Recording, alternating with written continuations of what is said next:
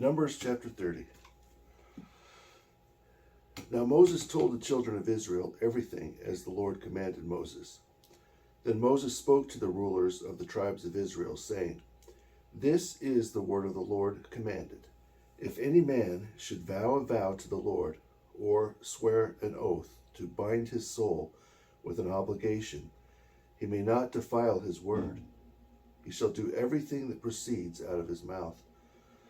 But if a woman should vow a vow to the Lord and bind herself with an obligation while in her father's house in her youth, and her father should hear her vows and obligations with which she bound her soul, and her father should pass over it in silence, then all her vows and every obligation with which she bound her soul shall stand and remain in force for her.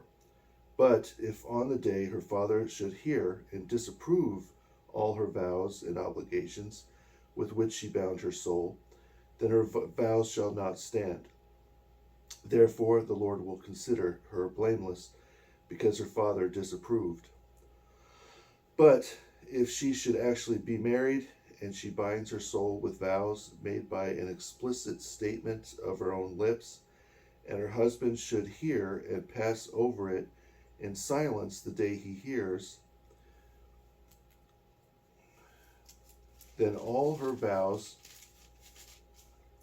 and obligations with which she bound her soul shall stand.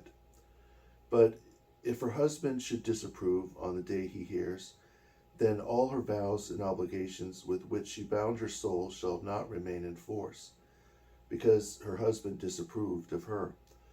Therefore the Lord shall consider her blameless. Also, any vow of a widow or a divorced woman, whatever she should vow concerning her soul, shall remain in force for her. But if her vow should be made in her husband's house, or if her obligation concerning her soul should be made with an oath, and her husband should hear and pass over it in silence, and not disapprove her, then all her vows shall stand, and every obligation with which she bound her soul shall stand. But if her husband should cancel them on the day he hears, then whatever proceeded from her lips concerning her vows or obligations binding her soul, they shall not remain in force, for her husband canceled them. Therefore the Lord will consider her blameless. Every vow and binding oath to afflict her soul her husband shall establish, or her husband shall cancel. But if her husband should remain silent for more than a single day, then he shall establish all her vows for her, and he shall establish for her the obligations binding her, because he remained silent regarding her on the day he heard them. But if he should cancel them the day after he heard them, then he shall bear her guilt.